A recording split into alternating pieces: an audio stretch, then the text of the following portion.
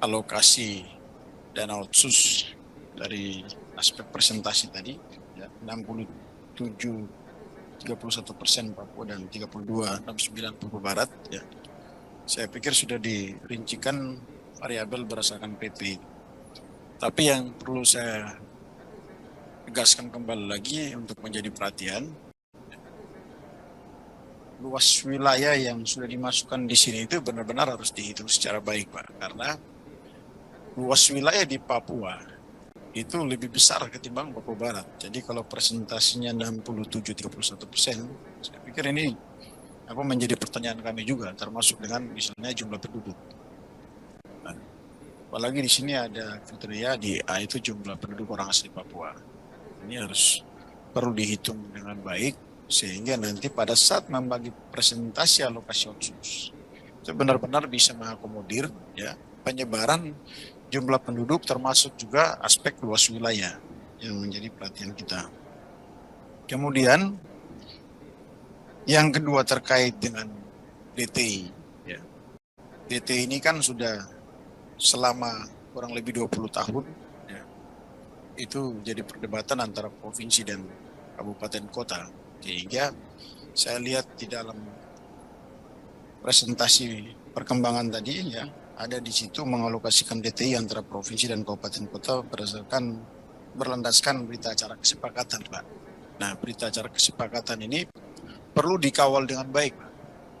Karena kalau tidak dikawal dengan baik, alokasi DTI ini dialokasikan, diusulkan oleh provinsi berdasarkan basis politik, Pak. Gitu. Bukan berdasarkan basis data dan kesepakatan antara provinsi dan kabupaten berdasarkan penanganan infrastruktur di daerah yang dilakukan. Sehingga ini harus benar-benar untuk tahun 2023, harapan saya distribusinya nanti sudah lebih baik lagi khususnya untuk DTI. Kemudian minta penjelasan sedikit terkait dengan alokasi pembagian dana otsus Papua dan Papua Barat, termasuk yang ketiga dari saya adalah amanat otsus pasal 76 bahwa pembentukan daerah otonomi baru di Papua itu sesuai wilayah adat ada 7, Pak. Jadi skema yang harus dimasukkan tidak sampai di Papua Barat Daya, Pak. Tapi yang tadi sampaikan Pak Robert, Papua Utara pun harus masuk dalam skema pemerintah. Karena undang-undangnya sementara kami bahas juga di DPR. Sehingga nanti kalau dalam pelaksanaannya mana yang akan berjalan, nah itu masuk pada domain pemerintah untuk mengatur. Tapi dalam skema pemerintah sudah harus tergambar di sini.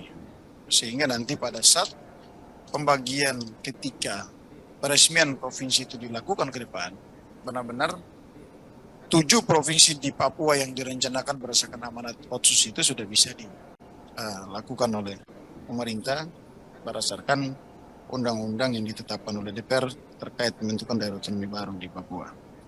Saya pikir mungkin ini beberapa hal yang saya sampaikan dan tekankan kembali. Ya, mudah-mudahan presentasi pembagian dana otonomi khusus ke depan juga sudah sesuai dengan standar, kriteria, dan mekanisme yang sudah kita sepakati dalam amanat undang-undang otsus. Terima kasih, pimpinan. Ya, terima kasih Pak Yan. Pak Nasir Jamil dari Surabaya, silakan Pak.